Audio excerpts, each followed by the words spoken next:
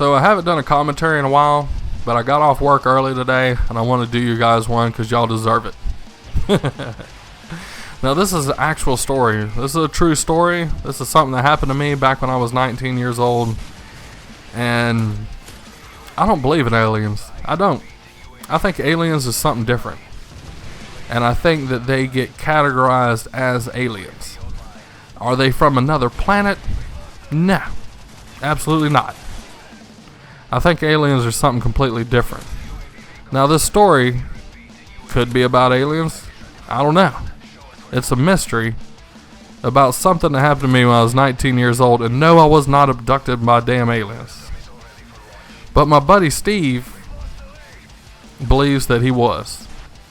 And to this day, he would tell you the same exact story. And this is from my point of view of exactly what happened on this night. Now, when I got out of high school, about 2.5 months later, I joined the military. And I had time of my life. By the time I was 19, I was a certified alcoholic. I could run 10 miles like a gazelle. And then go ahead and out-drink my dad, you know. So, but I was a straight-up alcoholic, no doubt about it. New York Times did a piece on us back then. Everybody was super excited. First sergeant, company commander, everybody excited. And they came and talked to us. And then probably about 2 months later, the article came out. I didn't read the article. I didn't have to, because the title summed it up. And it read, "The 18th Airborne Corps, the most physically fit alcoholics on the face of the earth." And that was the absolute truth. And this story is about Super Bowl Sunday as well. A buddy of mine named, we're just going to call him by his nickname. I'm just going to call him by his nickname. His nickname was Pink. It's just short for Pink Floyd. But anyway, Pink was a staff sergeant, and he was a little older than us. He was in his mid-30s or so. And, you know, he had been married and divorced, and he had kind of like the bachelor pad, you know. And it was probably about 25 to 30 minutes off base and away from the barracks. And, you know, I was a barrack rat, and so was all my buddies and my best friend Steve. And anyway, Pink, he was a really good party friend, and he got me a job as a bouncer at this one bar that he worked at. And yeah, he was a real good friend and good drinking buddy and all that. But you know, my buddy Steve, I was more tight with him than I was Pink, that's for sure. But anyway, Pink wanted to have a Super Bowl party, and he didn't want it to get too wild, but he wanted us to be there, you know. And so I told him, you know, well, we're going to invite a few people, you know, and try to keep the head count kind of low. We don't want to burn your house down or whatever. And he's just renting. And, you know, so anyway, I told Pink, I was like, dude, we got about 15 people that's coming, and it's going to be cool. And he said, man, you guys need a DD. And I was like, well, due to prior incidents and probably future YouTube content, I agreed with him. And I was like, yeah, we totally need a designated driver. And he's like, well, tomorrow at work, let's draw straws, be fair about it, and pick a DD. And I said, okay. He said, let's make sure everybody's there. I was like, all right. So we gathered everybody up during lunchtime, and we drew straws. And I'll be damned if I didn't draw the short straw. So now I'm the damn designated driver. So one of the new guys, Stevens, one of the cherries, I told him, I said, dude, let me borrow the shitbox Mustang. Come on, dude. And I was like, you're going to be at the party, right? And he was like, yeah. He was like, okay, that's no problem. Yeah, you can drive my car. Because at the time, you know, I had just bought a new Camaro. And that, you know, you ain't puking in my Camaro. It's not going to happen. And Pink wanted me to take everyone from the barracks to his house, from his house back to the barracks. Now, in a Mustang, that means multiple trips. So I set out to do this and go ahead and shove as many people as I can into the Mustang, drive them over there. So I did that. It was all good. You know, gas was cheap back then. This was in 97. And, you know, gas was cheap back then, so it didn't really matter.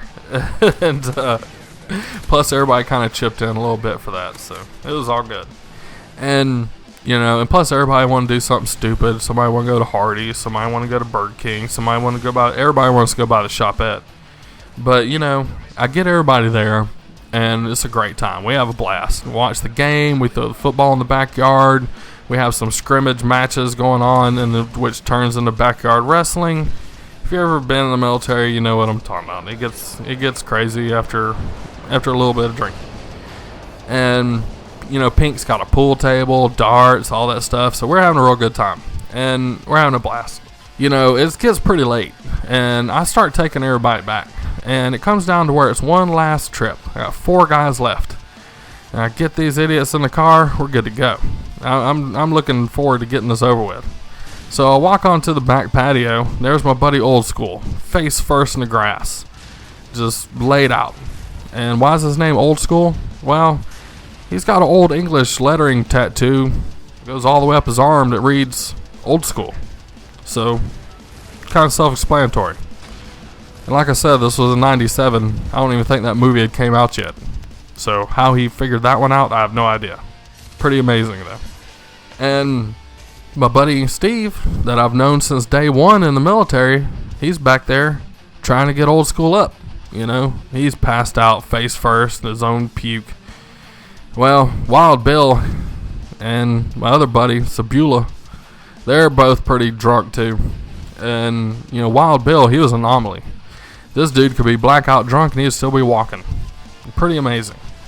I told Steve, you know, man, everybody, let's grab up Old School. Let's get him in the car. Let's get out of here.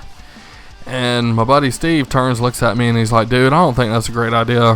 He's like, you know, we've cutting it close here lately, and, you know, Pink had to come and save us not too long ago and stuff like that. And, you know, I don't think we should do that. He's like, just leave me here and let me mess with Old School.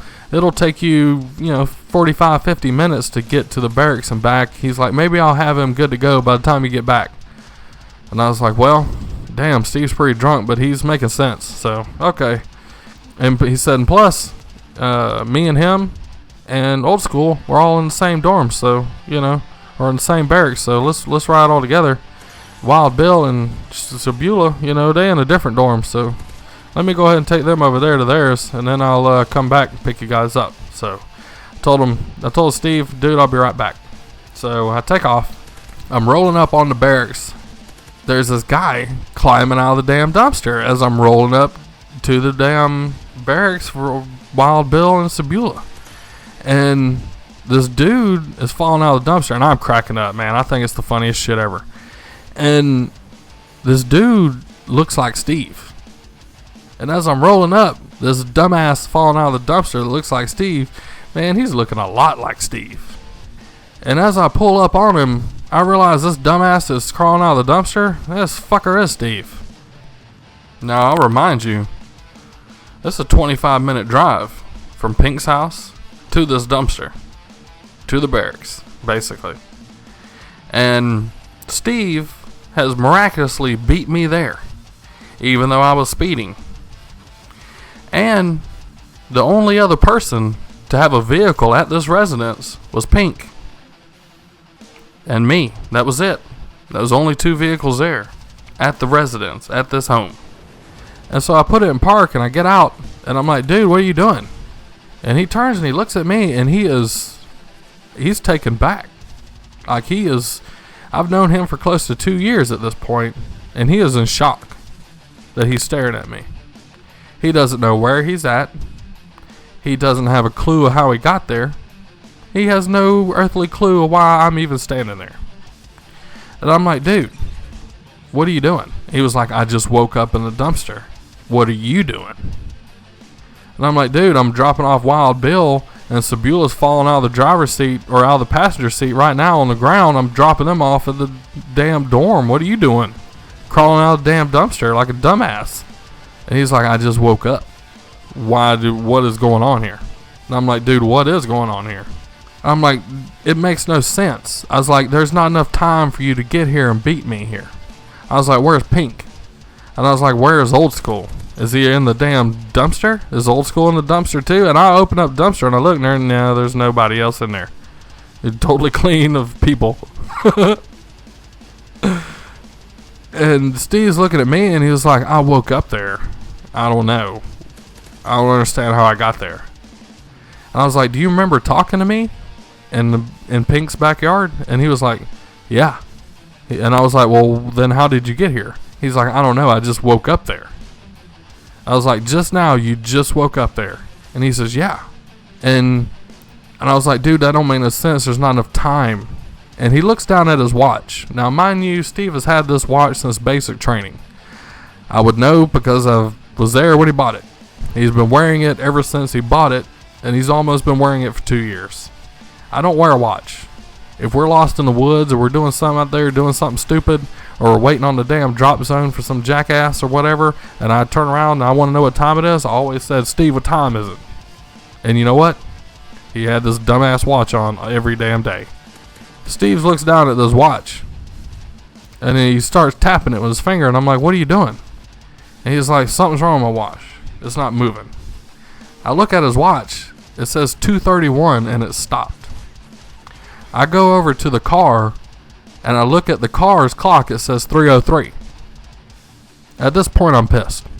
At this point, somebody's fucking with me, and now somebody's going to take a beating. And the first thing I think is Pink's fucking with me. So I take off running back to my dorm. I just leave them there. I just leave these idiots.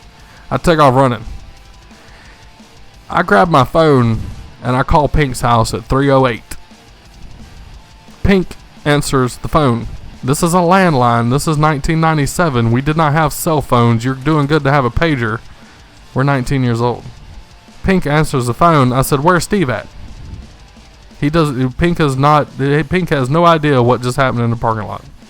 And Pink tells me, I don't know, didn't you tell me you were coming back to pick him up? And I was like, look and see if Old School's, where's Old School? Is he in the backyard? And he said, hold on. And he come right back and he said, yeah, Old School's fucking passed out in the backyard and I don't see Steve anywhere. You coming back to get their ass? And at that point, it's never made sense. So the moral of the story is, have a good time this Super Bowl Sunday and try not to get probed. Hope you guys enjoyed the commentary, and I'll talk to you guys on the next one. Later.